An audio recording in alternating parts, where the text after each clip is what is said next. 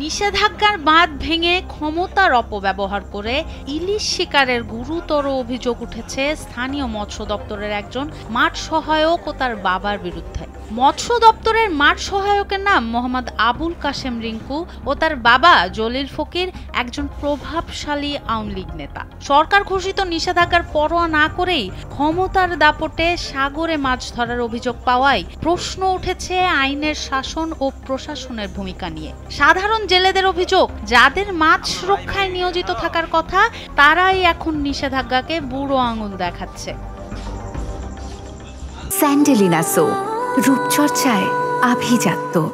স্থানীয় জেলেরা জানান, সরকারি নিষেধাজ্ঞা চলাকালীন মাঠ সহায়ক ও তার বাবার মালিকানাধীন দুটি ট্রলার রাতের অন্ধকারে সাগর থেকে ইলিশ শিকার করছে। গেল রোববার গভীর রাতে মাছ ভর্তি ট্রলার নিয়ে আসলে আড়তেই বাধা দেন তারা।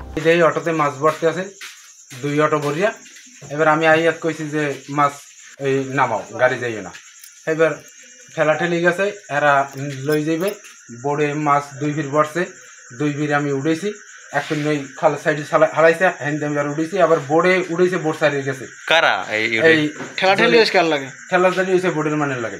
ঘটনাটি বরগুনার তালতলী উপজেলার। জেলেদের দাবি, মাঠ সহায়ক রিঙ্কুর আড়তে বস্তা ভর্তি মাছ আটক করে তারা। কিন্তু ওই মাঠ সহায়ক, তার বাবা ও আড়তের ম্যানেজার আলামিন রাতেই জোরপূর্বক মাছ সরিয়ে ফেলেন। অভিযোগ উঠেছে, প্রতিবাদ জানালে সাধারণ জেলেদের প্রাণনাশের হুমকিও দেয়া হয়। তবে আলামিন মাছ সরিয়ে ফেলার কথা স্বীকার করলেও মাছ কখন ধরা হয়েছে সেটির কোনো সদ উত্তর দিতে পারেননি।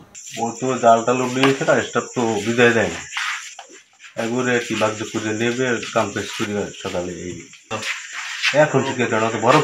এদিকে মৎস্য কর্মকর্তার যোগ সাজসে মাছ শিকার চলে কিনা জানতে চাইলে মাঠ সহায়ক আবুল কাশেম রিঙ্কু মুঠোফোনে সবকিছু অস্বীকার করে বলেন, রাজনৈতিকভাবে হেনস্থা করতেই জড়ানো হয়েছে তাকে, তিনি ঘটনার কিছুই জানেন না।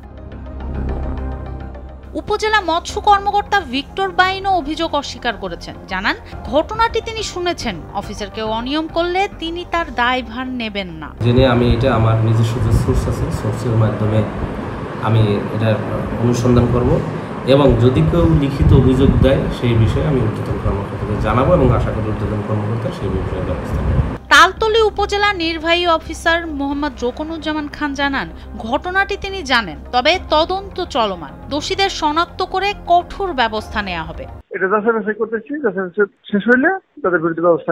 জানা গেছে, অভিযুক্ত আবুল কাশেম রিঙ্কু স্থানীয় নিষিদ্ধ ছাত্রলীগের সহ সম্পাদক পদে আছেন এবং 2021 সালে সাবেক সাংসদের প্রভাব খাটিয়ে উপজেলা মৎস্য অফিসে মাঠ সহায়ক পদে চাকরি নেন। স্থানীয় জেলেরা ঘটনার সঙ্গে জড়িতদের কঠোর শাস্তি দাবি করেছেন।